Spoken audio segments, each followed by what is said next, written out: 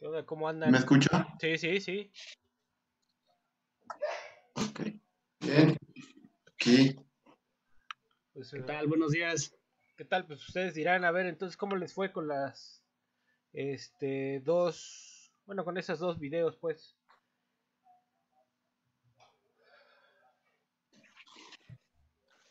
Tú, Elio, primero. Primero, este,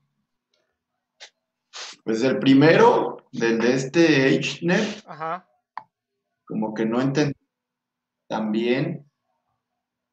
eh, o sea, lo que entendí como conclusión es que existen dos fuentes de financiamiento para la empresa, ¿no? ajá, Que es internos y fondos externos. Entonces, los internos, la única forma de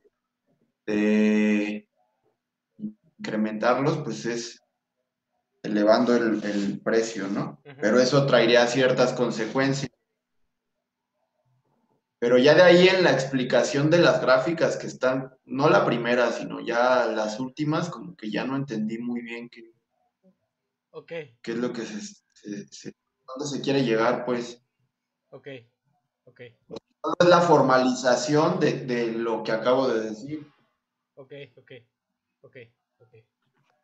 ¿Qué más? ¿Qué más? Pues ahí yo lo que entendí del, eh, de esa lectura fue Ujú, la parte de que pues hay un gobierno corporativo, ¿no? ujú, Él menciona que hay un gobierno corporativo donde pues se toman las decisiones claves y ¿qué más? Pues bueno, parte de lo que ya habíamos visto, que la lista de precios de las empresas dominantes es adoptada por las empresas de menor cobertura, digamos, o más pequeñas, eh, que se mantienen fijos ¿no? Que los precios se mantienen fijos por un periodo de un año, generalmente cuando son bienes duraderos y cada 6 meses se revisan cuando son otros bienes, ¿no? ujú. Eh, eh,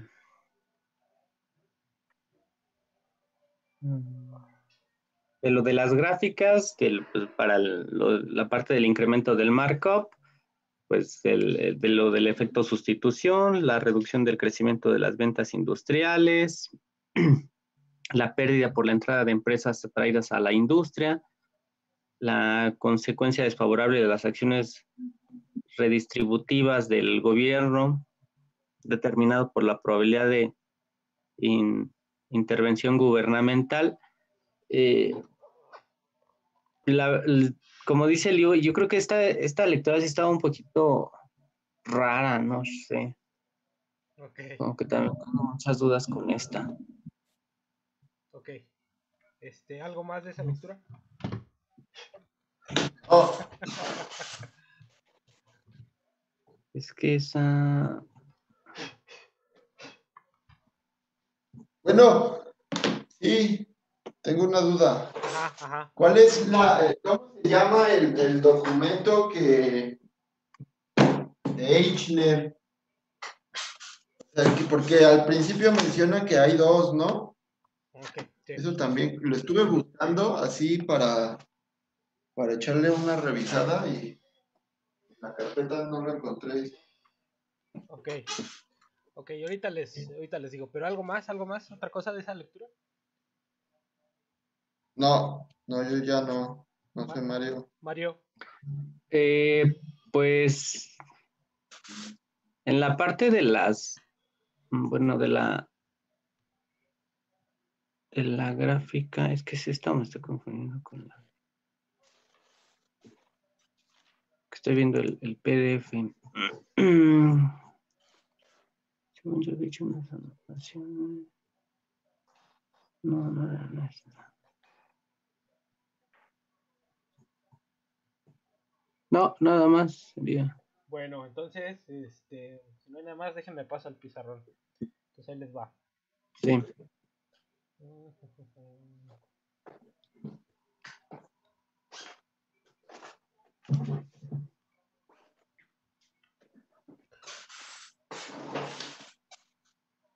A ver, ahorita me dicen si lo ven. Espérenme, ahí está.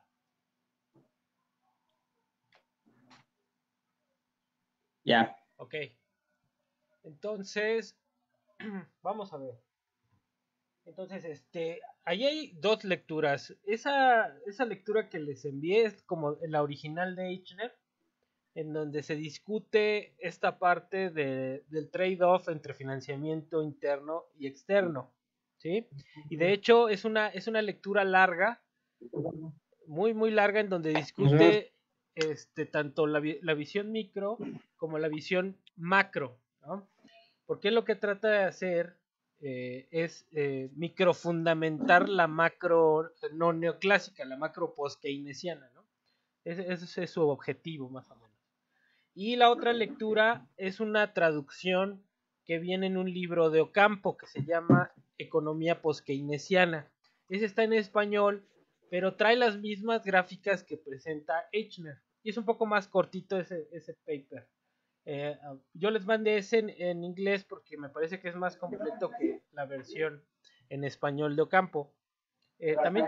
También tengo la versión de Ocampo, entonces se las puedo enviar, ¿no? Pero en general les digo, esta lectura, la de la megacorporación, es más completa que esa versión de Ocampo en español. Entonces, por lo que decías, Eli, ¿no? Entonces, pero, a ver, entonces lo básico aquí es entender dos cosas, ¿no? Que la gran empresa, o sea, es un entorno oligopólico, como hemos visto, ¿no? Oligopólico. Hay liderazgo de precios, o sea, las grandes empresas son las que pueden fijar precios, ¿no? Pero eso no quiere decir que las pequeñas y las chicas no. Las grandes tienen el poder para hacer la guerra de precios, ¿sí?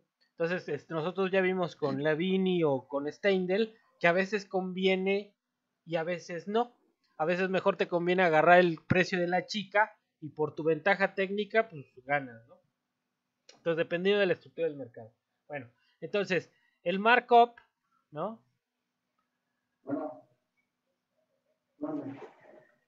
Entonces, el markup es lo fundamental. Entonces, si yo me quiero financiar, ¿no? El financiamiento interno.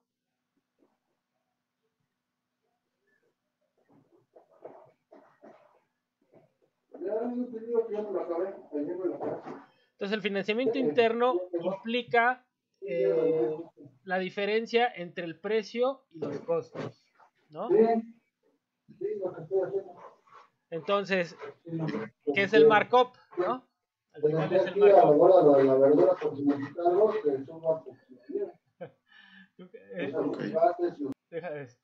Ya si escuchas, lo que pasa es que estábamos escuchando el chisme de Mario. Entonces, el financiamiento interno, ¿no? Entonces, si yo quiero financiarme más, o sea, a ver, bueno, voy a ver. Ah, perdón, es que yo no estoy hablando, pero están hablando aquí, perdón. Sí, no te preocupes, ya estábamos escuchando el chisme ahí.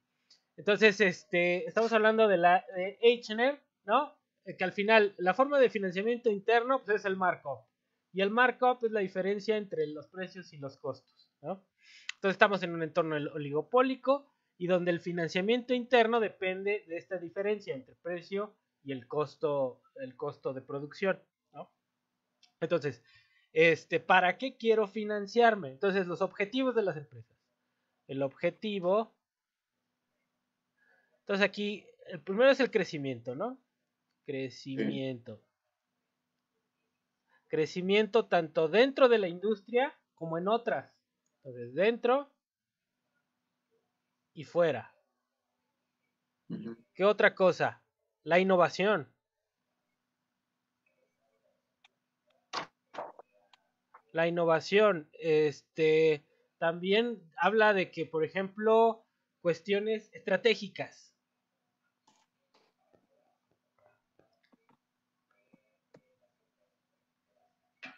¿Sí? Entonces tenemos, otra vez, así repito, entonces es un entorno oligopólico, hay liderazgo de precios, pero los objetivos de la empresa están centrados en el crecimiento, tanto dentro como fuera, en las actividades de innovación que las van a ayudar también a dominar los mercados, ¿no?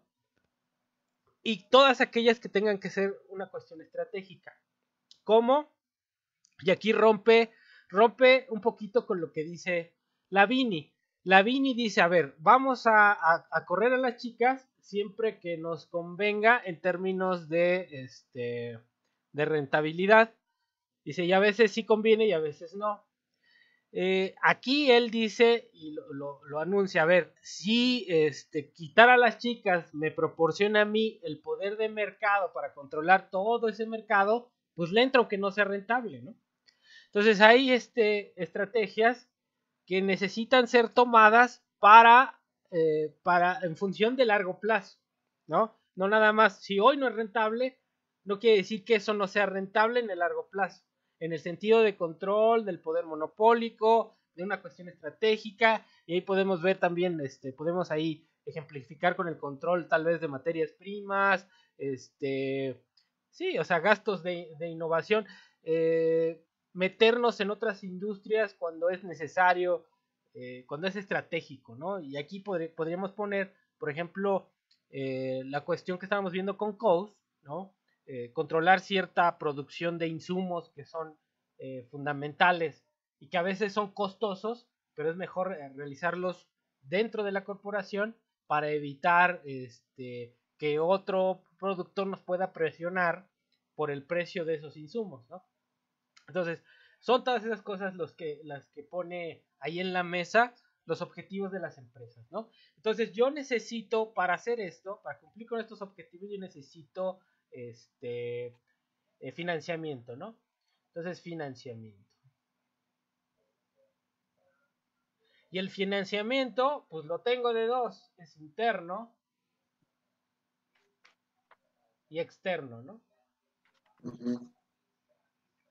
O sea, no hay de otra. Y de ahí, entonces, el financiamiento interno, pues fundamentalmente es el markup. Sí. Y el externo, pues ya será emitir deuda con el banco, lo que guste, ¿no? O sea, entonces sería deuda,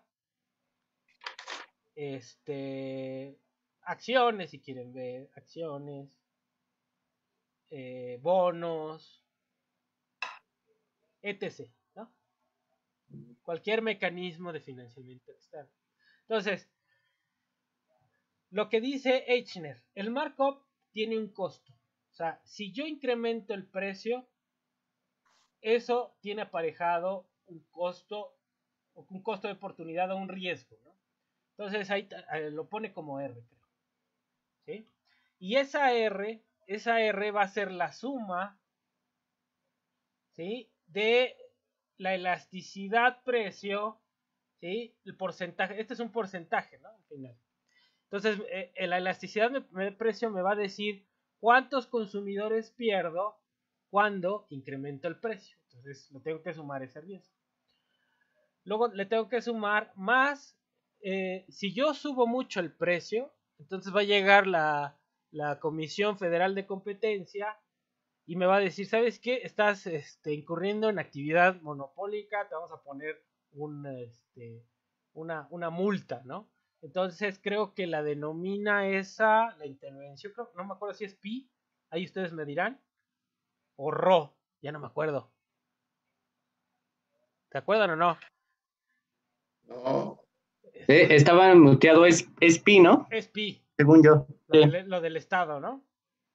Uh-huh. Entonces, entonces esta, a ver, es el riesgo, entonces E es el riesgo de que no me compren cuando subo el precio, ¿no? De que pierda demanda cuando subo el precio. Pi es el riesgo de que me pongan una multa por andar haciendo actividad monopólica en el sentido de estar subiendo el precio mucho, ¿no? Y tercero creo que es con RO, ahí ustedes me dirán, RO es el riesgo que tengo de que cuando yo suba el precio haga más rentable el mercado y entren nuevos competidores, ¿no? Entonces, todos estos son porcentajes, ¿no?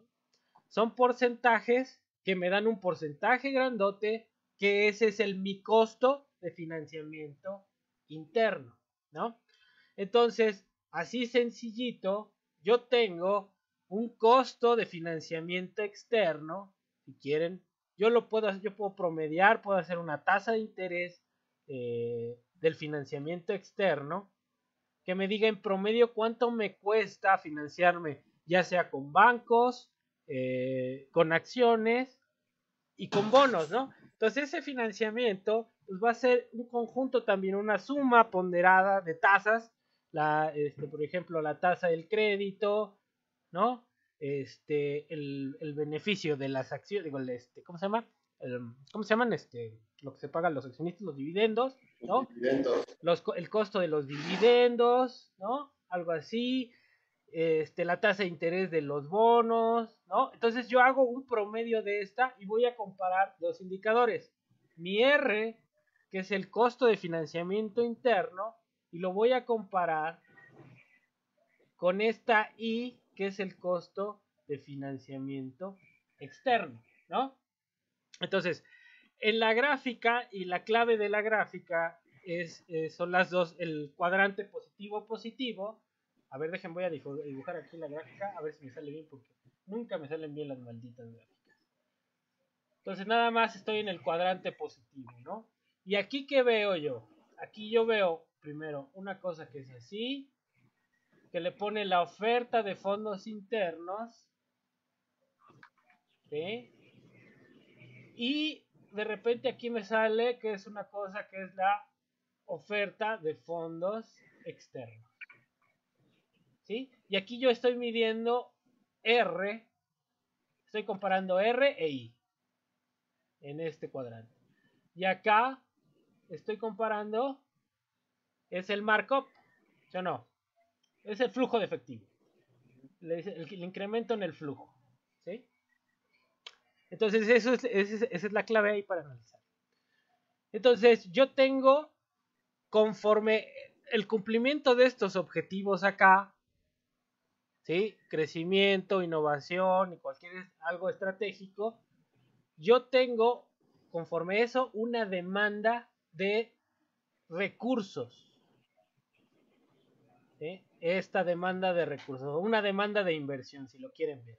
Entonces esa demanda de recursos o demanda de financiamiento es para cumplir con esos objetivos. Entonces, en la medida que yo vaya necesitando más financiamiento para cumplir con esos objetivos, pues mi demanda se va a desplazar para acá, ¿no? Sobre estas dos curvas. Ahora, esta de aquí yo la puedo prolongar. Y esto podría ser la curva de riesgo financiero, ¿sí? A medida que yo me endeudo, también el riesgo en el mercado financiero va creciendo, ¿sí? ¿Por qué? Pues porque sí, a medida que crece la deuda, si tú vas a pedir crédito, pues eres más riesgoso para que te den más liquidez, más crédito, ¿no? Entonces, es la teoría, igual está calequiana del riesgo creciente, ¿no? A medida que estoy más endeudado y quiero pedir más crédito, pues me va a costar cada vez más, ¿no? Entonces esta pendiente podría ser un poquito más paradita, pero ahí está bien. En general lo que él está diciendo es que hay más riesgo de financiarse mediante el crecimiento de los precios que acudir al sector bancario. Eso es lo que está diciendo. Y tiene razón, o sea, no hay una tendencia a que los precios crezcan, ¿no? O sea, ellos saben, como tienen costos decrecientes, y ahí él pone ahí las gráficas de los costos decrecientes, ¿no? Entonces, a medida que, si fijan un precio, lo que ellos tienen que vender es cada vez más para tener más ganancia. Entonces, no hay un incentivo, digamos, muy fuerte a incrementar el precio, además de los riesgos asociados, ¿no? Porque si estás compitiendo, aunque seas oligopolio, de todas maneras hay un riesgo de que no te compren, un riesgo de que hagas más rentable del mercado y que entren más empresas, y lo de la acción redistributiva del Estado, ¿no? Entonces, al final, esto es una comparación. yo cuando voy a preferir financiarme con recursos internos, pues cuando R sea menor que I, ¿no? Entonces, durante toda esta, lo voy a poner con verde, durante toda esta trayectoria, ¿sí? Es preferible financiarme con recursos internos. Hasta aquí, hasta este punto, ¿sí? Posteriormente, ya para acá, R es mayor que I en toda esta región, ¿no? Entonces, si yo me quiero financiar con recursos internos, pues ya el costo de R va a rebasar, por ejemplo, si yo me quisiera financiar aquí con recursos externos, pues yo podría financiarme con recursos, con recursos internos, me podría financiar esto, pero al costo R. Y si me financiara con recursos externos, pues tendría que ser al costo I, ¿no? Entonces aquí ya es claro que me conviene más financiarme afuera, ya después de este punto, que dentro, ¿no? Esa es todo el rollo que se avienta Eichner. Nada más que ahí les pone ahí los 4 cuadrantes que me parecen, pues, hay más o menos, digo, pero lo fundamental es este cuadrante, ¿no? En la explicación de Eichner. Entonces, no sé si ahí, Ajá. Yo tengo una pregunta. Ajá. ¿Se considera en la parte de que el financiamiento sea con el banco, ahí se considera algún tipo de restricción que el propio banco pueda hacer hacia la empresa? Claro que sí. De hecho, por eso tiene esta pendiente. O sea, es que aquí no se ve mucho, pero a ver, déjame, voy a poner aquí otra. Es que yo no sé dibujar aquí todavía. No, me queda todo chueco, man. Pero lo que pasa es que por eso esa pendiente, Mario, esa pendiente es positiva. Ahorita déjame. Mejor aquí con la maldita regla. Nada más para que salga ahí más o menos. Y lo voy a hacer así.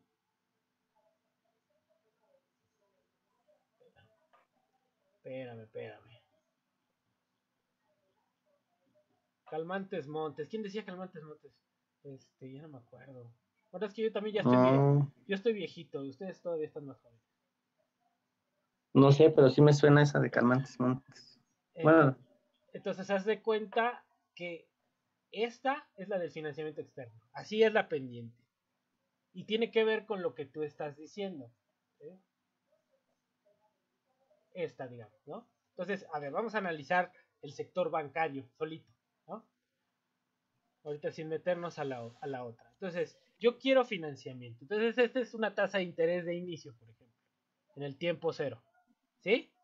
Entonces, ahí te viene la restricción, ¿no? Entonces, los bancos te van a prestar primero a una tasa más o menos a este nivel, por un crédito muy chiquito. Si empiezas a pedir más, ¿no? Si empiezas a pedir, por ejemplo, acá, te van a empezar a subir la tasa. ¿Sí? Y va a llegar un nivel, por ejemplo, imagínate aquí. Por ejemplo. Esta I. Que tú igual y necesitas este efectivo, pero los bancos te pueden cobrar esta tasa más alta. Lo que pasa es que los bancos pueden decidir no prestarte, ¿no? Si ven que ya eres muy riesgoso, ¿no? Entonces ahí también tiene que ver ese límite. Entonces en esa tasa que compusimos acá, también tú le tendrías que poner, fíjate aquí, en donde, no sé si alcanzan a ver lo que estoy viendo aquí, le pusimos aquí una tasa del crédito bancario, ¿no? Le pusimos también lo de la deuda, la emisión de bonos y las de acción, los dividendos y las acciones. Le tendríamos que sumar aquí una tasa de riesgo, ¿sí? Le voy a poner un sigma, ¿sí? ¿Por qué? Porque a medida que estoy pidiendo también crédito en el mercado externo, también dependiendo si estoy muy endeudado o no, mi riesgo va a aumentar. dependiendo del también el sector en donde yo esté, mi riesgo va a aumentar, dependiendo del país donde yo esté, el riesgo aumenta, ¿no? Entonces, todo eso debe de estar considerado ahí en esa I, ¿no? Entonces, el trade-off tiene que jugar así, o sea, ¿cuándo decides financiarte con recursos internos? Mientras no presiones tu mercado, ¿no? Mientras no presiones a tu mercado. ¿Y cuándo vas a decidir cuál va a ser el límite del financiamiento externo? Ese no va a estar determinado por ti, va a estar determinado por los que te prestan, ¿no? Y tu nivel de apalancamiento, claro, o sea, no es lo mismo si no tienes deuda que tengas. No es lo mismo el contrato de crédito que te van a dar si estás muy endeudado que si no estás endeudado, ¿no? Entonces sí hay un límite. Pero, o sea, la filosofía, lo más importante del análisis de Eichner son dos cosas. Que es el primero ahí que pone las curvas de costo, ¿sí? Las curvas de costo reales de las empresas con rendimientos constantes, ¿sí? Una curva de costo medio decreciente, ¿no? En donde el mínimo pues es el costo marginal. Y entonces a partir de ahí, bueno, de lo que estoy hablando es lo siguiente. Aquí está mi curva chueca, ¿no? Aquí establezco mi precio. Mi costo medio es así, mi costo marginal es costo medio. Y entonces aquí si yo establezco un precio hasta un cierto nivel de producción de potencial, ¿sí? Yo voy a tener estas curvas de costo. Entonces es el primero que hemos visto que pone la curva de costo medio así y el costo marginal así. Entonces, ¿qué está suponiendo? Pues que las industrias tienen por lo menos rendimientos constantes en el corto plazo, ¿sí? Y con base en esos rendimientos constantes en el corto plazo, yo puedo establecer un markup, ¿sí? Fijando un precio, ¿sí? Entonces este va a ser mi markup. Y entonces cada vez que venda más, mi markup va a aumentar, ¿no? Entonces si hay un incentivo para absorber cada vez más el mercado, controlar una parte más grande del mercado, porque eso me garantiza una ganancia creciente, ¿no? Y también pone ahí el ejemplo, ¿qué pasa si hay una innovación tecnológica? Pues la estructura de los costos va a cambiar, ¿no? Entonces, ¿qué pasa? Si aumenta la tecnología, pues los costos van a reducir, ¿sí? Entonces voy a tener esta estructura de costos y ahora voy a tener un markup más grande, ¿no? Cada vez que produzca más, ¿no? Entonces, ahí, digo, yo lo vi, a mí me gusta mucho la lectura porque resume todo lo que hemos visto. Tanto una industria caracterizada por rendimientos constantes, por una superioridad técnica en términos tecnológicos de las grandes empresas, y mete el problema el financiamiento.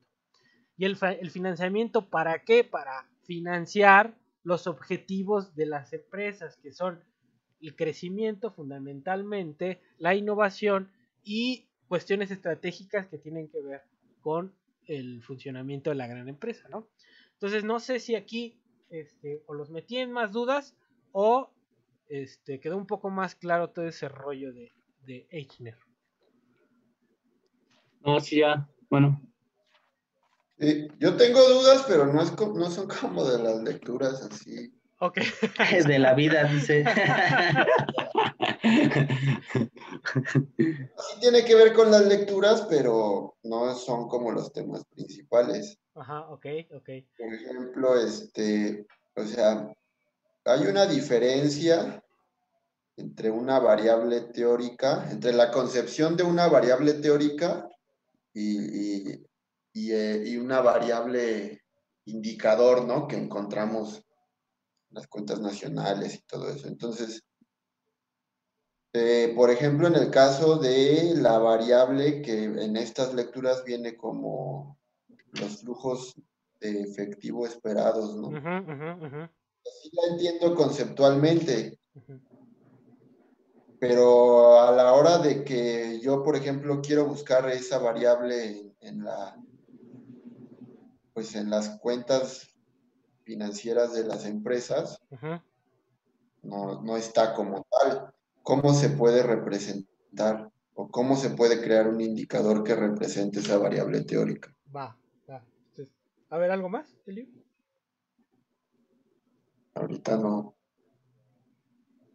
Flujos de efectivo, ¿no? Y eso tiene que ver con ¿cómo se llama? ¿Con la segunda lectura o en el contexto de esta? O ya en general. Sí, Con la pues en segunda. general, Ok. Al final, que eso, el flujo, el cash flow, ¿no? El cash flow, pues es una medida de liquidez de las empresas que tiene que ver con la ganancia, ¿no? Entonces, el flujo de ganancias estaría representado por ese flujo que no es que lo veas cada año, por ejemplo, si te vas a las cuentas de Economática, hay informes trimestrales, ¿no? Entonces, pero esos flujos son continuos, ¿no? Son continuos en el tiempo, ¿no? Entonces, porque la operación de las empresas, pues es continua, no es en cortes, ¿no? No es en tiempo discreto, es un tiempo continuo. Pero los cortes te sirven para, más o menos, ver esos flujos. Entonces, por ejemplo, cada trimestre ellos hacen un corte y suman todo lo que obtuvieron en el trimestre, ¿no? Entonces, los flujos de efectivo, pues son las ganancias que te quedan a ti como accionista, ¿no? Como porcentaje de tu capital en cada trimestre, ¿no? Entonces, a la empresa, ¿no? A la empresa en general, porque tiene que repartir de esos flujos de efectivo o de esas ganancias en el tiempo, de aquí tiene que pagar dividendos y tiene que tener su retención de utilidades.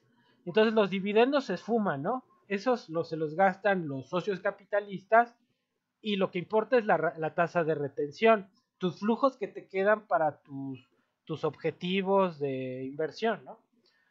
Entonces, si tú ves qué sería un indicador, pues sería la ganancia ya consolidada. Tenemos ahí en las cuentas de Economática, pues es la utilidad consolidada y esa utilidad consolidada es ya el indicador después de que pagaste impuestos y todo eso, ¿no?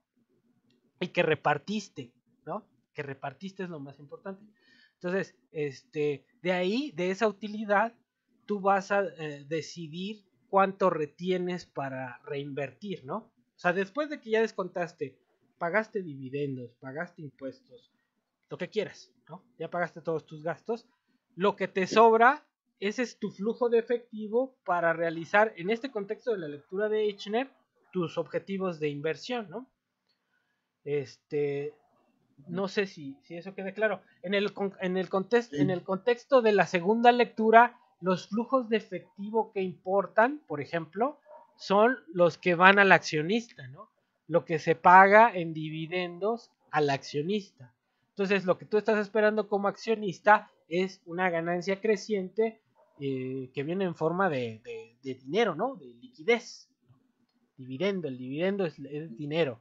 Entonces ese es el flujo del efectivo para el accionista. Por eso te digo que se divide esos flujos que provienen de la ganancia final de la empresa, y se van a dividir en eso, en los dividendos y en la retención que tienes, ¿no?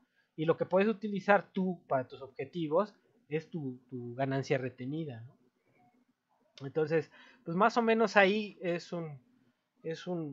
una proxy de ese flujo de ganancias esperado. Entonces ahí hay una cosa que es importante en el análisis de Eichner. Si se dan cuenta, hay una parte en donde él dice, a ver, si los impuestos son el 15% y tú necesitas 50 pesos para emprender tus proyectos productivos, ¿no? ¿Cuánto tienes que cobrar? Y dice, pues tienes que cobrar, si la tasa es, bueno, le pone la tasa del 50%, ¿no? Entonces, si necesitas 50, tienes que cobrar 100. ¿Para qué? Para que cuando pagues los impuestos, te queden los 50 para tus objetivos de crecimiento, ¿no? Entonces, por eso esa de flujos efectivos esperados es una construcción que hacen los administradores o quien toma las decisiones y quien determina el precio para conseguir la ganancia que necesitas para emprender tus objetivos de crecimiento. Ahora, ¿qué puede pasar? Que consigas eso con una varianza, una desviación estándar, ¿no? A ver, conseguí tanto, más o menos, ¿no? Y más o menos lo que no conseguiste te vayas al sector financiero para equilibrar lo que tú necesitas, ¿no? Pero sí es algo planificado, ¿no? A veces se consigue y a veces no. Si no vendes, pues no conseguiste nada, ¿no? Entonces, pero es algo que se planifica y por eso es esperado, ¿no? Esperas una media y para arriba y para abajo. Y sobre eso vas a tomar otras decisiones. Si se te fue para abajo, pues te tendrás que endeudar afuera. Si se te fue para arriba, pues a lo mejor vas a emprender un proyecto mucho mejor o no sé, ¿no? Entonces ahí es siempre es ese juego entre eso esperado, y si es esperado porque en tiempos normales tú conoces tus ventas pasadas y estás viendo cómo crecen tus ventas, ¿no? Entonces lo que esperas en el futuro está de acuerdo con esa proyección de tus ventas, ¿sí? Y sobre esa proyección de tus ventas también puedes decidir endeudarte en el tiempo, ¿no? Entonces eso es. No sé si ahí me quede claro, más o menos. Yo estoy de acuerdo también contigo, Eliu, en el sentido de que las cuentas han sido determinadas sobre una postura teórica también. O sea, por ejemplo, la contabilidad nacional tiene raíces fuertes keynesianas, ¿no? Pero hay otros indicadores, ¿no?, que obedecen a ciertas teorías, por ejemplo, ¿no?, que no necesariamente tienen que ser keynesianas. Entonces, por ejemplo, si tú eres marxista y quieres medir la tasa de ganancia, pues ya te jodiste, porque no hay un indicador, ¿no?, que conceptualmente se acerque mucho a esa medida. Y no quiere decir que no puedas inventar una proxy, ¿no? Pero las cuentas nacionales o la contabilidad en general no está diseñada de una manera neutra, ¿no? Y tampoco de manera muy específica. Entonces, pues eso, nosotros tenemos que ver qué proxies podemos crear con esas información que tenemos, ¿no? Entonces, no sé si hay algún comentario, Mario o Liu, sobre esta lectura. No. Yo creo que sí, digo, el objetivo era ese nada más, ¿no? El trade-off entre el financiamiento interno y externo, exponer esa visión de la empresa no neoclásica, pues keynesiana. Yo les planteaba ahí que yo no estoy de acuerdo con la visión de microfundamentar la macro. Yo más bien he pensado que siempre la macro se tiene que macrofundamentar la micro, pero bueno, ya esas son son choros que no les interesan. Entonces, vamos si quieren a la otra, o no sé si haya algún comentario más. No, vamos a la otra.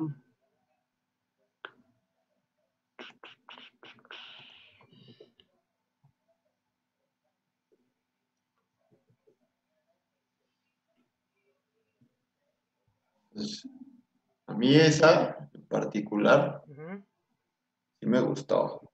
Ok. Porque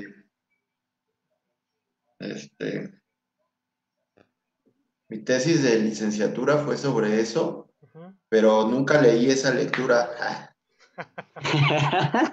No sabía que existía, y yo creo que es como fundamental, ¿no? O sea, desde la perspectiva del fenómeno de financiarización. Ajá. O sea, como que la explicación que da sobre, pues, cómo se comporta la inversión en la actualidad, ¿no? O sea, porque la teoría económica convencional, pues, de cierta forma nos ha enseñado que hay una relación directa, positiva entre pues, el financiamiento y la inversión, ¿no? Ujú, Física. ujú, Entonces, o sea, esta explicación de la gráfica final de cómo es que se sacrifica crecimiento eh, eh, con tal de obtener, que eran, no es rentabilidad, ¿verdad? Son ganancias. sí, son las ganancias para el Es, accionista, ¿no? exactamente, pues sí, como que, o sea, no existe una forma más, eh, ¿cómo decirlo? Como, pues, como ilustrativa de explicar el fenómeno de financiarización, ¿no?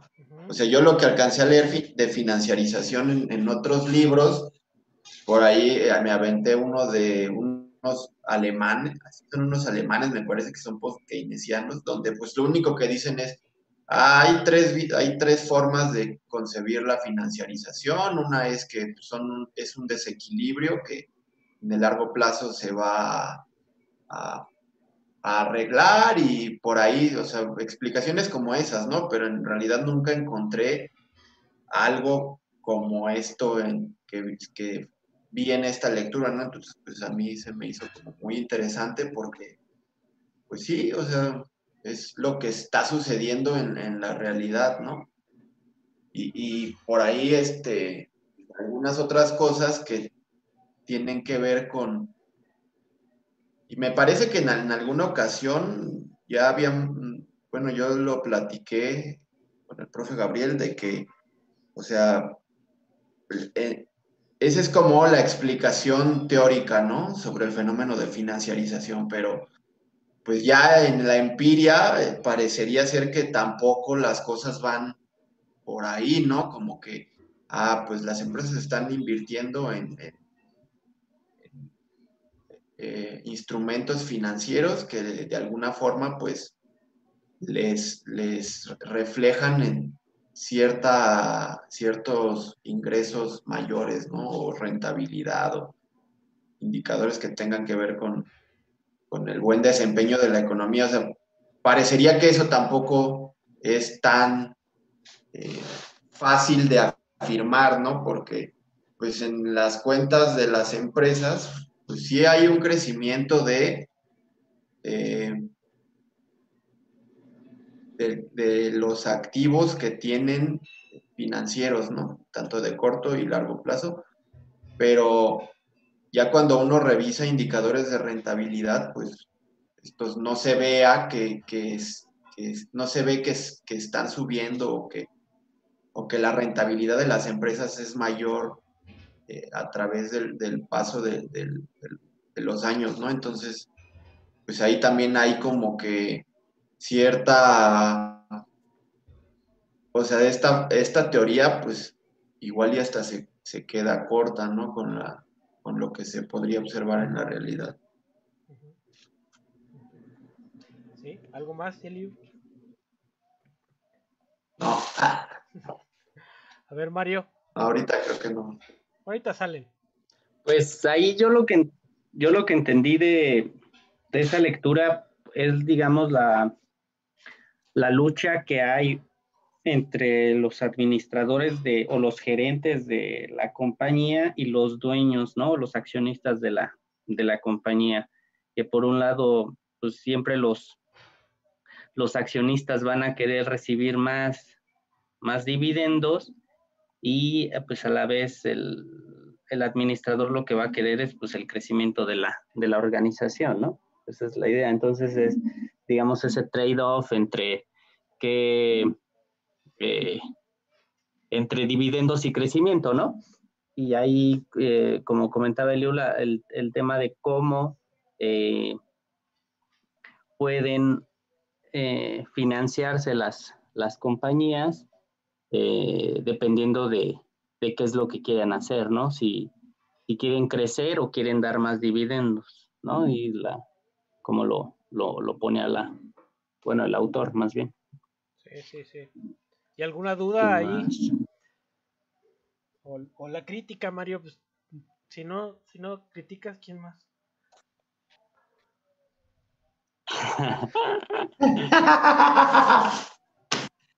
Pues en realidad yo sigo teniendo la duda de cómo se puede hacer público o cómo podemos estudiar, digamos, los estados financieros, yo creo, no sé, o sea, no entiendo cómo podemos hacer un estudio para ver, como dice Liu, en qué están invirtiendo los recursos de la compañía, si digamos esto es público o no, como para, lo digo porque yo tengo la idea de mi ensayo, hacerlo pensado en de por qué las empresas grandes son grandes y por qué una chica pues es muy difícil que pueda incorporarse o pueda mantenerse dentro del mercado, ¿no? Y ya incorporar ahí las distintas lecturas y las críticas que hay al respecto del crecimiento, de la parte de la innovación, de la financiamiento, o sea, como para tratar de englobar todas las lecturas, ¿no? Bueno, ir ensamblando las lecturas como con este enfoque, pero ahí sigo teniendo la duda de cómo podemos obtener cierta información, digamos, de costos de las compañías, de cómo están, de su situación financiera, ¿no? Entonces, digamos que tengo entendido que el estado de resultados sí es público, ¿no? Todas las que cotizan, Mario, están obligadas a dar esos Tendría, datos. ¿no? No, están obligadas. Entonces, el problema es que te suelten información tan desagregada y eso el lo sabe. O sea, puedes encontrar ciertas cosas que son útiles, pero cada vez son menos. Te la agregan, en lugar de desagregártela, te la agregan cada vez más, ¿no? Y también las normas de presentación cambian cada 4 años, ¿no? Entonces eso hace imposible a veces que puedas tener una serie larga del comportamiento de las... No es imposible, te hace más pesada la tarea, pero te va dificultando cosas. Como les decía la clase pasada, le decía Eliu, la serie de economática hasta 2011, pues sí te ponía, por ejemplo, las ventas tanto internas como externas, ¿no? Ahora esa cuenta ya no está, pero lo que tiene que hacer uno es agarrarte el informe completo, ¿no? Y ir sacando los datos, ¿no? Año por año, año por año. Porque, o sea, economática es cómodo, pues ya agarras todo y lo vacías, ¿sí? Pero a veces hay cositas que en el informe vienen y que son bien importantes. Por ejemplo, las estrategias, cómo están creciendo, los intangibles,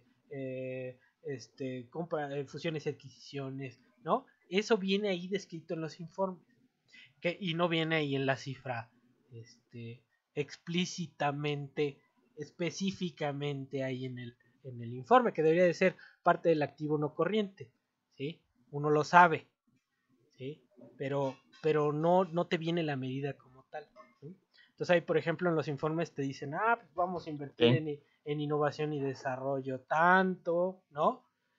Y te dice ahí, pero en el informe no lo vas a encontrar. ¿Dónde está la innovación? ¿Dónde está el rubro que me está midiendo la innovación y desarrollo, ¿no? Entonces, si hay forma de verlo, o sea, si de que se puede ver, ¿no? Nada más que si hay que, es la investigación, pues es la investigación, no hay de otra, ¿no? Entonces sí se puede, Mario, se puede. Síguele. Ok. Profe, tengo una discusión. Uh-huh. Lo que pasa es que me encontré un libro Uh-huh. que se llama Capitalismo sin Capital. Ajá. Y es como pues en esta línea de Stiglitz, ¿no? De que pues, las economías invierten en activos intangibles porque es lo que las hace crecer, ¿no? Ya. En gran medida. Sí, ya sé cuál es. Entonces, por ahí menciona como esto de que, pues el problema, en el libro que le digo, el problema es que no podemos saber qué proporción del crecimiento corresponde a la inversión en intangibles, porque los intangibles como inversión en investigación y desarrollo, en muchos de los sistemas de cuentas nacionales no se considera un costo, o sea, no está considerado dentro de las cuentas, sino que en muchas empresas se contabiliza como un gasto. Entonces, pues eso representa un problema porque no se refleja como tal en las cuentas de las empresas, ¿no? No sabemos cuánto están invirtiendo ahí. Entonces, de repente, estas medidas de contabilidad pues empiezan a ser un poco más claras y ya a las empresas se les empieza a pedir que pues ya como tal notifiquen, ¿no? O contabilicen cuánto están invirtiendo en esas cosas, y de repente pues ya la empiria o los datos muestran que está creciendo, o sea, exponencialmente, ¿no? Pero, o sea, ahí como que la hipótesis que yo tengo es que no es que esté creciendo, sino que más bien, como ya les pidieron que los reporten, pues ya aparecen en los estados, ¿no? En la contabilidad.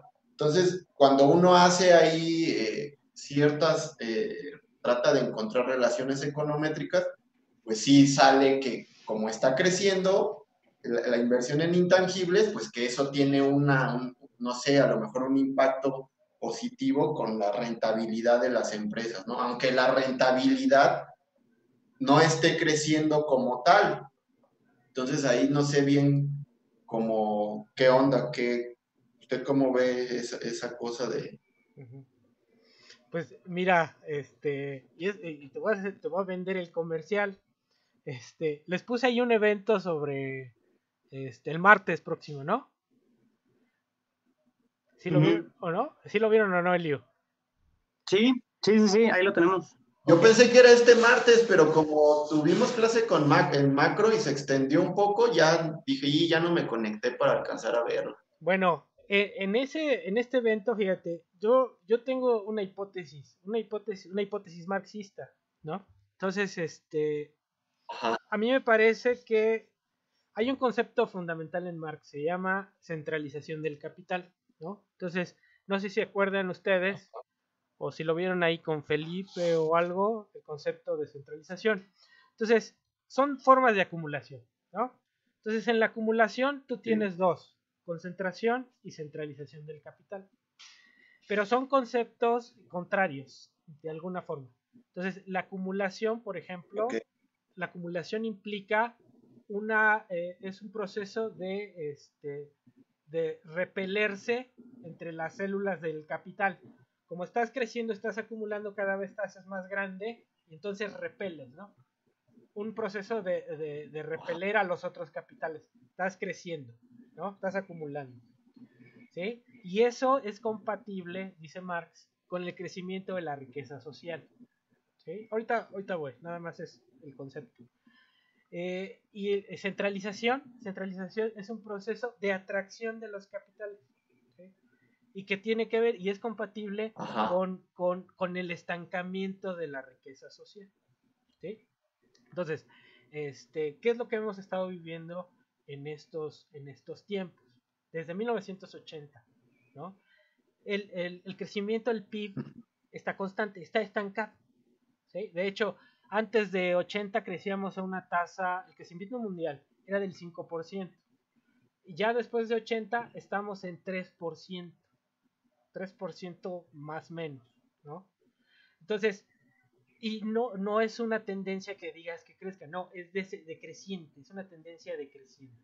Entonces, estamos estancados o estamos decreciendo en términos generales, ¿no? Entonces, ¿qué es lo que está sucediendo? Entonces, hay mecanismos de centralización del capital. Entonces, ¿cuál es la característica de la centralización? Que no hay inversión. Entonces, durante 80 para acá, la inversión se ha caído. Toda la inversión física se ha caído en términos mundiales, ¿no? Y no es la excepción ni para las empresas, ni para México, ni para América Latina. Toda la inversión se está Sí, cayendo. internacional, ¿no? Sí, es una cuestión mundial. Ahora, bueno, y tú te preguntas, bueno, ¿y entonces qué? ¿Cómo ganan las empresas? Ahora, los mecanismos de la centralización, ¿cuáles son? Las fusiones y adquisiciones, las marcas, los derechos, todos los intangibles. Pero la cosa es la siguiente, que las empresas están, ahora la estrategia de crecimiento es comprar a otras o comprar los intangibles de otras, ¿sí? Entonces eso te ha generado un proceso de centralización de capital en donde cada vez menos empresas, o sea, las industrias se están concentrando, ¿sí? Las industrias se están Sí, concentrando y cada vez menos manos tienen más ganancias, se concentran la ganancia de los sectores, ¿no? Entonces, eso te lo explica ese concepto de centralización, ¿sí? Ahora, cuando vamos a hablar de los intangibles, hay un concepto que es bien importante en finanzas corporativas que se llama el goodwill, ¿sí? Si tú lo pones ahí en el traductor, se traduce como buena voluntad, ¿no? El goodwill. No, pero en términos corporativos lo que implica el goodwill es tu valoración que hace el mercado de todo tu proyecto de inversión. Y en ese proyecto de sí. inversión no solamente son los fierros, sino tu marca y cómo decía Klein, es ¿cómo se llama? ¿Cómo se llama?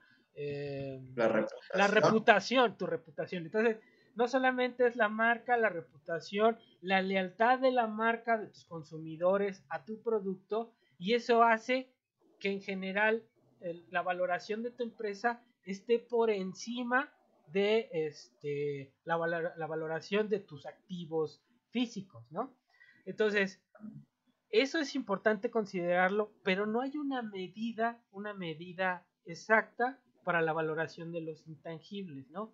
Hay muchas metodologías que han utilizado, pero no es algo preciso, no es algo muy objetivo. ¿Por qué? Porque también la marca está llena de cuestiones subjetivas, ¿no? Entonces, eso complica mucho el análisis, pero te digo, para mí lo que estamos viviendo ahora es ese proceso de centralización que decía Marx y que tiene que ver con una cuestión de que la rentabilidad de los fierros, la rentabilidad de los fierros no se ha recuperado, ¿no? Entonces, ese proceso se describe ahí. Eso es lo que voy a exponer yo el martes, ¿no? Voy a poner varios ejemplos ahí de las grandes Ok. empresas, y en general lo que voy a concluir es que la concentración del ingreso que tenemos ahora, pues es resultado pues, de esa misma concentración industrial, ¿no? Entonces, bueno, Pero, por ejemplo, adelante. o sea, se supone que la lógica sería que, bueno, no invierto en inversión física y porque, bueno, según yo, esta idea de la financiarización es que existen otros métodos de obtener una rentabilidad a lo mejor igual o mayor que la inversión física, pero hay una forma de hacerlo en lapsos de tiempo, de obtener esa misma o mayor rentabilidad en los lapsos de tiempo más cortos, ¿no? Uh-huh. Entonces, o sea, yo lo que veo es, ok, las empresas dejan de invertir en fierros y se dedican a invertir en otro tipo de activos, pero bajo la lógica de que la inversión en ese tipo de activos tendría que verse reflejada en un incremento de la rentabilidad de las empresas, ¿no? O de la valoración de la empresa por el mercado. Pero cuando uno revisa los indicadores de rentabilidad como el ROA o el ROE o esas cosas, o sea, tampoco es que se vea que están creciendo, o sea, igual la mayoría de ellos son como que tienen un comportamiento ahí, eh, variable, ¿no? Que se podría interpretar como un comportamiento constante y en algunos casos incluso como a la baja, ¿no? Ujú. Entonces ahí la pregunta es, ¿cuál sería la finalidad de cambiar la lógica de comportamiento de las empresas si pues tampoco es que se vea que al cambiarla están mejorando el desempeño de la empresa? Va, va. Bueno, ahí te puedo dar una noción. No sé, Mario, ¿ahí tienes algún comentario? Ya Mario ya se durmió. Eh, sí, pero más bien tengo una pregunta, Ok. porque de lo de que comenta Liu, o sea, yo, por lo que entiendo, que está investigando el Liu o que quiere probar o, bueno, ver, es que las empresas dejan de invertir en, como dicen, en los fierros e invierten en otros activos. Nada más, ahí tengo la duda de por qué, o sea, digamos, una empresa que se dedica a hacer, eh, es que, ¿cuál podría ser que no? Bueno, por decir un Bimbo, no sé, por decir un ejemplo, ¿no? Ellos se van a dedicar, pues, a su negocio principal, ¿no? O sea, invertir en transporte, en innovar en Logística, la ¿no? forma de logística, exacto, en preparar el producto. Y yo no sé ahí el tema de que invertir en otro tipo de activos, a qué activos se están refiriendo, ¿no? Porque pues al final si quieren, no sé, activos financieros, pues ellos no son una casa de bolsa, o sea, no son los expertos como para estar invirtiendo en ese tipo de cosas, ¿no? O sea, como en qué activos se refiere el lío. O sea, la pregunta es para el Va, lío. va. O bueno, en general, para Mi- ustedes. Mira, haz de cuenta, voy a retomar estas dos cosas que están. Es lo mejor de leer y interpretar la realidad, ¿no? Lo que está diciendo el Ujú, Liu es, a ver, están invirtiendo en esto, pero no se está viendo una rentabilidad. El problema, ujú, el problema son dos cosas, que, por ejemplo, cuando tú estás hablando de un intangible implica, para crear ese intangible, implica el desarrollo a veces de un producto, ¿sí? O sea, por ejemplo, Nike. sí, o Exacto. ¿no? Y ese tipo de Sí, cosas, sí, o sea, ¿no? Nike La palomita. Nike ahorita se puede liberar de producir. Y ellos ya no producen, solamente dan la marca, la rentan. A ver, si tú quieres producir Nike, tienes que cumplir estas normas de calidad y te presto mi marca. Y claro, me tienes que estar pagando los derechos de mi marca. Pero tú vas a producir Nike en Ujú, Tailandia o Tailandia, México, pero con las normas que yo te estoy poniendo. Y te voy a dar mi palomita, ¿no? Entonces, pero ese Nike, esa marca hoy, ¿no? Ese valor que tiene esa marca fue creada en un proceso a veces de muy largo tiempo para que tú tuvieras ya una demanda fija por ese tipo de marca, ¿no? Hay otras que no. Entonces, hay unos intangibles así, hay otros que surgen así rápido, que es no, el invento innovador, ¿no? Y que sobre de eso hoy nació y hoy tiene un poder para jalar la demanda. Pero entonces la cosa va ahí. Hay unos intangibles que te permiten potenciar la producción. Tú creas tu marca hoy de la vacuna del COVID y eso te da derecho a producir tú el COVID. Entonces, está relacionada la marca con un incremento en la producción de algo que tú quieras. ¿Sí? Ahorita hay muchas marcas que te dan derecho a la toma de posición. ¿Qué es toma de posición? A ser dueño de activos que ya están hechos. ¿Sí? Entonces, por ejemplo, Bimbo, Mario, y me estoy adelantando, era mi ejemplo para la exposición, pero pues ni modo. Bimbo está invirtiendo mucho en intangibles. ¿Y cuáles son los malditos intangibles, no? Son las marcas. Él compra marcas en América del Norte, en España, en Asia, ¿sí? Y empieza a producir. Son ujú, marcas de pan de Asia, de Estados Unidos, allá. Entonces, ¿qué hace? Lo único que hace es meter su logística irse a todas las tienditas, ¿no? Que eso es lo innovador de Bimbo, ¿no? Ujú. Va y se mete a todas las Digo, y tienditas. de Coca-Cola y de varios, que Y, no. exacto, y Sí, lo que hace nada más es que ahora ya tiene la toma de posición, ahora yo voy a vender, no sé, Sara Lee, hay una marca que se llama así, ¿no? Pero ya es de Bimbo, ¿no?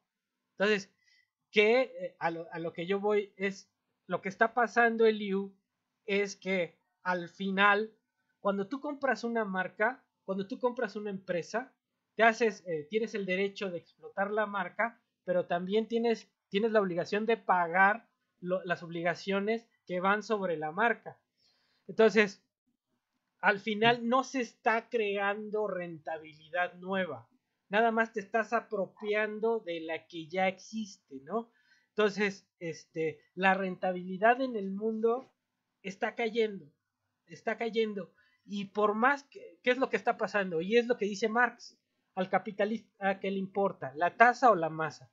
Dice la masa de ganancias, ¿no? Entonces ahora lo que importa es, aunque tengas una tasa de ganancia, un ROE decreciente, lo importante es que es un ROE cada vez para pocos individuos de este pelo en términos de masa, ¿no? No es lo mismo ganar 1000 que ganar 100 millones, ¿no?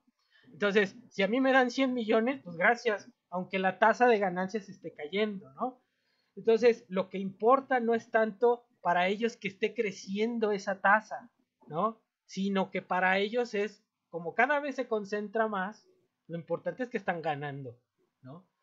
Entonces, eso, lo que estaba diciendo Mario. Entonces, las empresas son portafolios, piénsenlo como portafolios de inversión.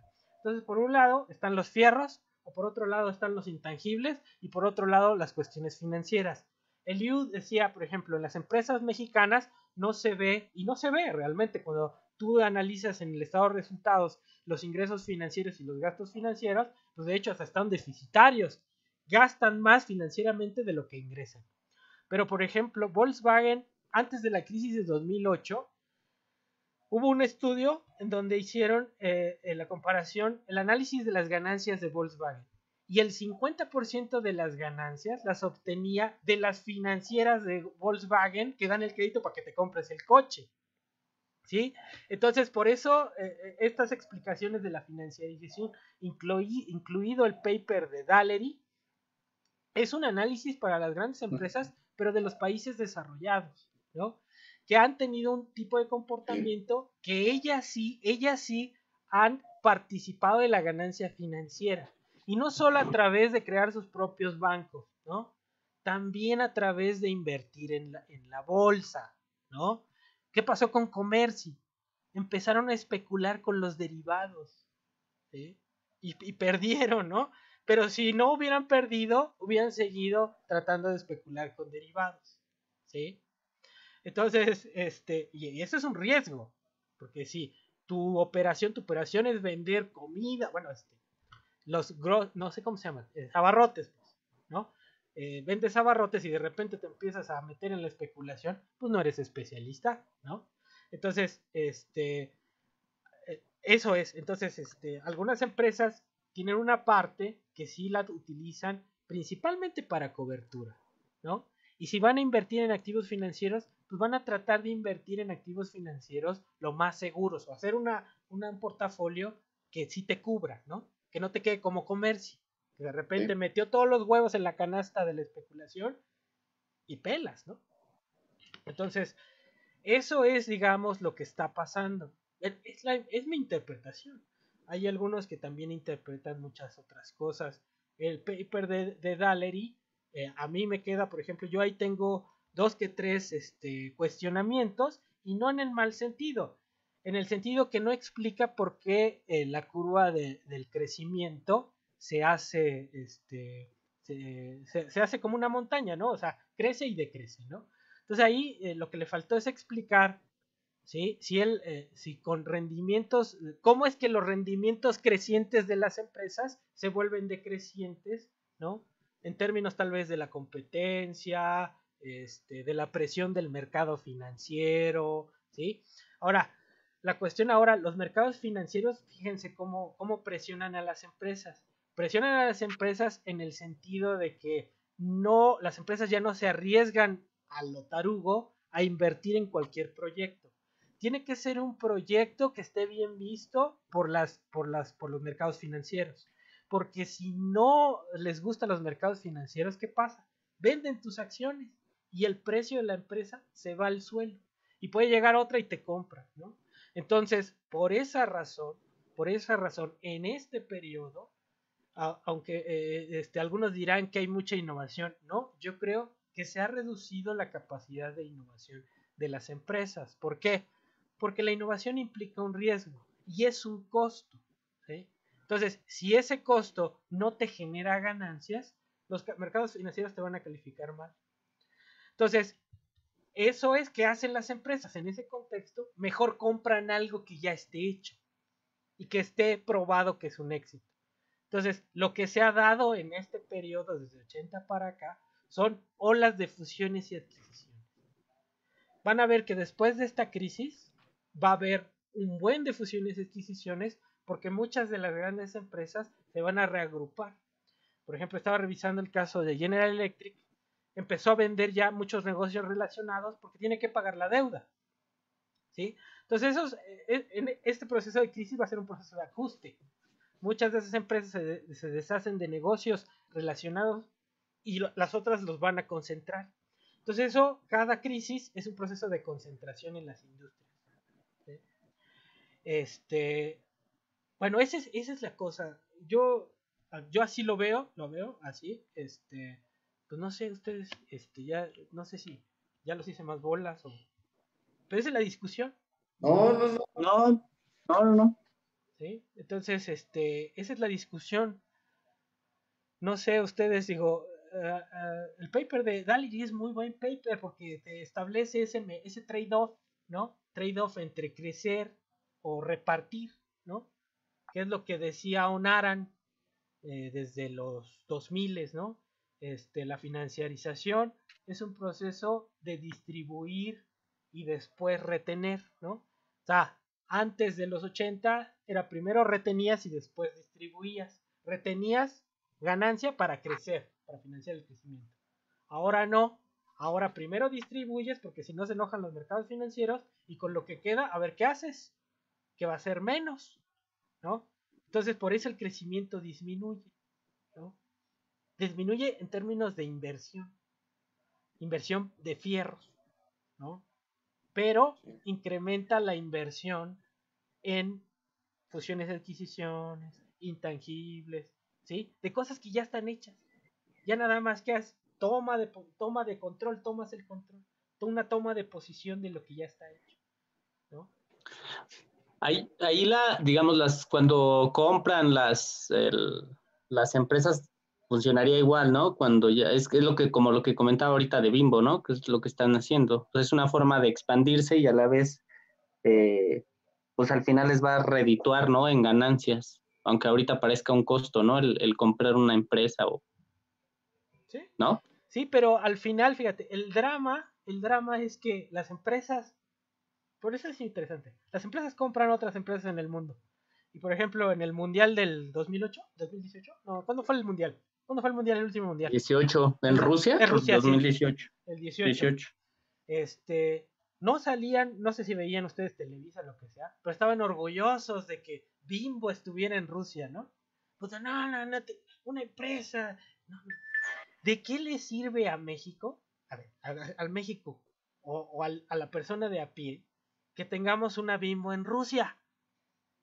Si no está generando empleos en México, ¿no? Y los empleos que genera en México son los que pagan más baratos a nivel mundial, ¿no? Y no están generando empleo ni allá, nada más están controlando una empresa que estaba, ¿sí? Incluso a veces lo que hacen es recortar personal, ¿sí?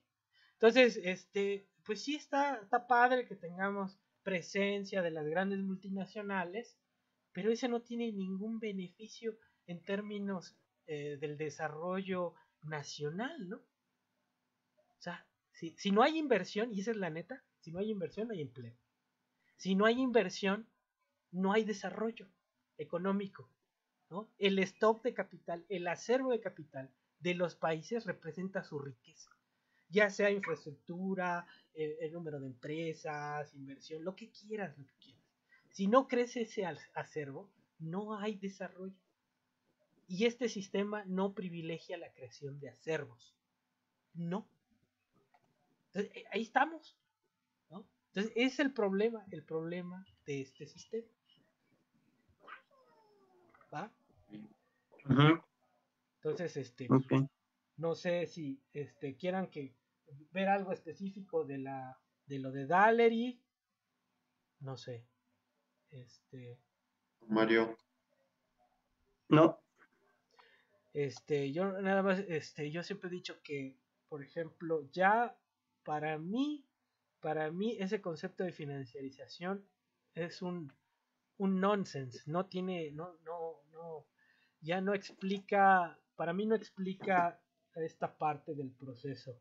Sí hay un dominio del sector financiero, pero eso no quiere decir que no haya un dominio de las grandes empresas productivas, ¿sí? O sea, los grandes beneficiados de este sistema han sido las multinacionales y el sector financiero. Entonces, yo recuperaría las ideas de Hilferty, ¿no? Más que hablar de este dominio del sector financiero sobre el sector productivo.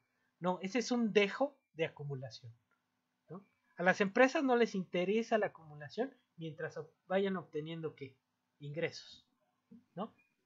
Entonces, las grandes empresas han ganado. Entonces, ¿cómo concilias eso con una teoría que te dice que los financieros se imponen y deterioran lo productivo o la ganancia productiva? Puede ser que no dejen ya desarrollar otro tipo de trayectoria tecnológica en donde privilegien ese desarrollo del sector productivo, pero este sistema ha favorecido a muchas empresas para equilibrar su tasa de ganancia. ¿Sí? Entonces, eso ahí se los dejo yo para que lo piensen. Entonces, si ya no tienen dudas, pues ¿Este sistema se refiere al neoliberalismo? si quieres el neoliberalismo o en esta fase de los 80s para acá, ¿no? ¿Sí? Que es una fase caracterizada por el movimiento de capital, el dominio de las transnacionales, ¿no? En términos financieros y productivos, ¿no? ¿Cuántos bancos nacionales tenemos? Antes teníamos no sé cuántos, como 10, no sé cuántos, y ahorita ¿cuántos son? Creo que 2, ¿no? El de Yo creo Slim, que es el de... el de Slim y Banco Azteca, creo, o no sé si haya otro. No, el de Banorte, ¿no? Por eso, pero ese es Slim, ¿no? No, el de Slim es sin bursa, ¿no? Ah, ok, entonces hay que ver. Yo no sé si Banorte sea nacional, pero de 10 pollitos Según yo, sí. de 10 pollitos que teníamos o más, pues nada más quedamos con 3, ¿no? Uh-huh. O sea, ves el dominio de la transnacional. Y ya todas nuestras empresas también son transnacionales, ¿no? ¿Y qué beneficio en términos de empleo tienen? Pues ninguno, por eso está ahí el sector informal, ¿no? Porque tenemos un déficit en este país de creación de empleos formales, ¿no? Entonces, pues ya, ahí, no sé si tengan dudas ahí, Eliu, Mario. No. Pues yo nada más como, o sea, yo siento que esta parte del curso, pues ya se va poniendo más interesante porque pues empiezas a ver cosas como esta idea, ¿no? Que a mí me llama mucho la atención, que tiene que ver con que partiendo desde la idea de Modigliani y Miller, las críticas que hay hacia ese modelo, cómo empiezan a ser relevantes las diferentes fuentes de financiamiento para las empresas, ¿no? Y, o sea, yo a lo que voy es que de aquí, pues, podría como enriquecerse mucho más el análisis de la empresa. Me parece que o sea, este curso, la parte que corresponde a la teoría del productor, al menos a mí me es como más interesante que la parte de la teoría del consumidor, ¿no? Entonces, pues sí, o sea, yo creo que igual y con más tiempo, pues sí podría haber la posibilidad de extender esto y de que se hablen de otras cosas, ¿no? Porque, o sea, ya como que cortar aquí el curso, pues sí me queda así como de, no manches, pues hay cosas que, Empezaba lo bueno. ajá, o sea, a mí sí me interesa esto porque, pues esto es como de lo que quiero hacer el trabajo, ¿no? Y por ejemplo, ahorita en lo que mencioné, si yo hubiera leído ese paper de Dallery hace 4 años, pues a lo mejor otra cosa hubiera sido las conclusiones de mi trabajo de investigación, ¿no? Así Es es. que tú eres muy, muy ortodoxo. No ves otras lecturas. Sí, Pues fíjense, sí. yo allá en el posgrado en la facultad, pues ahora como ya me regresé acá al pueblo, yo allá ofrecía un curso en donde yo partía de este análisis, ¿no? Y me iba a la parte, al analizar desde un punto de vista tanto neoclásico, no neoclásico, las teorías, pero enfocado ya en la empresa, ¿no? Y terminaba, volví a repetir este paper de Dallery porque es muy interesante y algunos otros papers que tiene que ver más con cómo se comporta el gobierno corporativo, ¿no? Entonces, eso es lo que yo ofrecía ya en el para el cuarto semestre, para cuarto, sí, para cuarto. Y me dijo el profe Gabriel que si yo lo ofrecía. Y le dije, sí, pero pues estos cuates son matemáticos, entonces ellos quién sabe qué van a estar haciendo en el cuarto semestre, ¿no? Entonces, yo les ofrecí, ¿Quién? ¿quiénes? Pues ustedes dos, ¿no? Entonces, ¿Pero No, qué, para cuarto qué? de el, hecho, eso es lo que le iba a preguntar, o sea, si había como la posibilidad de que se extendiera, a lo mejor en cuarto semestre el curso, ¿no? sí, yo les puedo pasar, de hecho, el temario que tengo para el curso del cuarto semestre, ¿no? Ok. Y es el análisis así de la estructura financiera de las empresas y gobierno corporativo, pero desde un punto de vista así, análisis, fíjense, hay unos modelitos al final que están muy padres porque hablan de la toma de decisión en condiciones, por ejemplo, de las empresas chinas, empresas alemanas, ¿no? En términos de cómo se estructuran sus gobiernos corporativos, ¿no? ¿Sí? Por ejemplo, en Alemania hay representantes de los sindicatos en el consejo o en la junta de administradores, ¿no? En China, por ejemplo, es tripartito. O sea, hay privados, hay del Estado y hay de los bancos, ¿no? Entonces, la toma de decisión es distinta, ¿no? Y eso afecta el desempeño de, de las empresas y cómo se acumula en determinados países, ¿no? Porque hay otros compromisos, ¿no? En Alemania el compromiso es la estabilidad del empleo. Aquí no hay este compromiso. En Estados Unidos menos, ¿no? En China los compromisos son otros, ¿no? Entonces eso ya te abre el panorama y dices, ay, ¿no? Entonces, están muy interesantes esas lecturas, pero partimos de las bases, ¿no? Vamos a revisar, digo, si se puede, lo que yo reviso es Modigliani Miller, a creo que no me acuerdo, a Tobin, a Stiglitz, a varios, ¿no? Y también, o sea, no es injusto para mí criticar tanto a Modigliani y Miller cuando su estudio está bien acotado, ¿no? Bien acotado. Sí.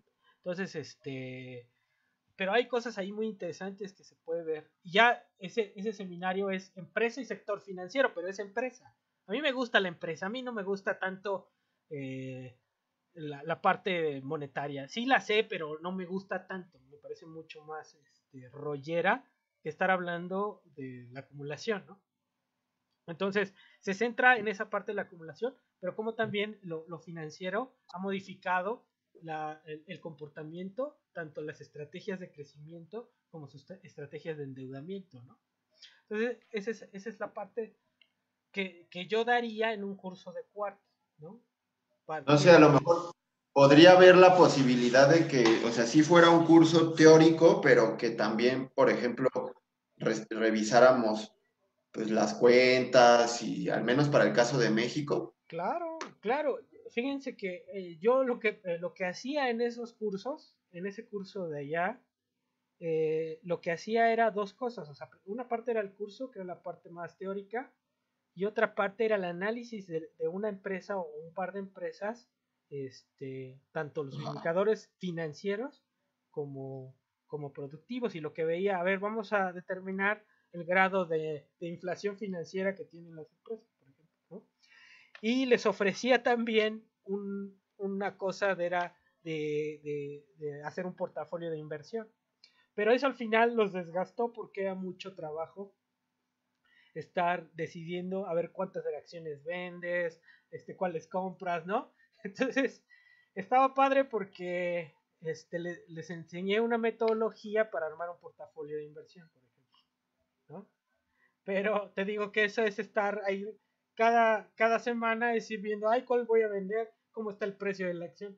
Entonces, al final se desgastaron y ya, lo dejamos. Pero sí, o sea, eso te digo, era así. Y al final se evaluaba igual. Ustedes hacían ese ejercicio con un par de empresas que a ustedes les interesara y y evaluaba yo con un ensayo en el mismo sentido, ¿no? Y yo lo que quiero del ensayo es que ustedes, o sea, el día que tú vayas a exponer el U, le vas a exponer a Mario y a mí. Y nosotros vamos a hacer pues, comentarios de tu exposición. Y cuando exponga Mario, pues le vamos a hacer comentarios de lo que exponga. No, no, no, no. No, o sea, ese es el sentido. Ese es el sentido, armar un rollín, ¿no? Un rollín y defender tu rollín y ya, ¿no? Entonces, pues le digo, si ya no tienen dudas de lo otro, pues ya ahí la dejamos, Sí, y pues ya preparen eso, ¿no? ok. Sí, Entonces ya tenemos fecha para entregar eso o no. La próxima semana, ¿quedamos? Pues habíamos dicho que los cuestionarios eran para el 28, ¿no? Ajá, ajá. Que el mismo 28. El rollín, ¿no? Ah, no, pues todo es para el 28 junto con la Bueno, exposición, ¿no? si quieren entreguen los cuestionarios después. Creo que tenemos todavía mucho más tiempo. ¿Les parece si los pueden entregar, por ejemplo, el 4 está bien? ¿Les parece? Y el 28 Ok. entregan el sí, ensayo. El 28 entregan el ensayo. ok. Aquí, fíjense, ¿cómo lo van a hacer? Se ponen una diapositiva no más de 15 minutos, ¿eh? O sea, para rollos, pues yo, pero ustedes 15 minutos, ¿no? En 15 minutos se avientan, o sea, ustedes me van a entregar a mí su ensayo, pero en 15 minutos ustedes exponen su ensayo, ¿no? Ok. Ok. Entonces, pues ya, entonces el 28 entregamos el ensayo y el 4 la guía y ya, Ok. ¿va? ¿Va? Sí, está bien. Que de ahí de la guía no están algunas lecturas, creo, ya. Como que Sí, están haciendo, creo que se hacen preguntas. falta el cuestionario de Stiglitz, pero miren, contesten los que estén ahí. Ya a mí no me interesa mucho porque lo van a replicar en el ensayo, ¿no? Entonces, Ok. ahí No, tienen que... no, no, pero me refiero que hay preguntas de lecturas que no vimos, Ah, no, pues no, creo. Mario. No, pues esas no, Mario. O sea, nada más las Ah, que... bueno, no, no, nada más decía. Ay, si la vez pasada contestaron cosas que tampoco habíamos visto. Sí, y ahorita ya están... No, pero pues estaban ahí las lecturas. Pero ahorita sí busqué y no estaban ni la lectura, no teníamos ni la lectura. Bueno, ahorita yo lo que voy a hacer es subirles las diapositivas, ¿no? Y ya, si las quieren Ok. ver o no. Entonces, pues ya nos vemos el Ok. 28. Entonces, el 28 ya ustedes empiezan. ¿A qué hora va a ser? A las 9. Ajá, o sea, no, nada más era hoy porque era el desayuno nada más tengo un desayuno, ahorita fue virtual, pero con el colegio de actuarios, entonces, o bueno, ahí la asociación que tenemos. Va, entonces, pero ¿a qué horas? ¿A las Pero 8:30? ¿A ya las ahorita, 9? a la hora que sea. A las 9. ¿A las 9? Órale. Es Bueno, Sí, a entonces, las 9 está bien. les comparto de una vez el enlace de YouTube digo el YouTube, de Zoom, y ya nos vemos el jueves. Ok, Ahora, sí, Órale. profe. Entonces, ¿quién va a gracias. ¿Quién va a empezar, Mario o Eliu? Ya para tener el orden.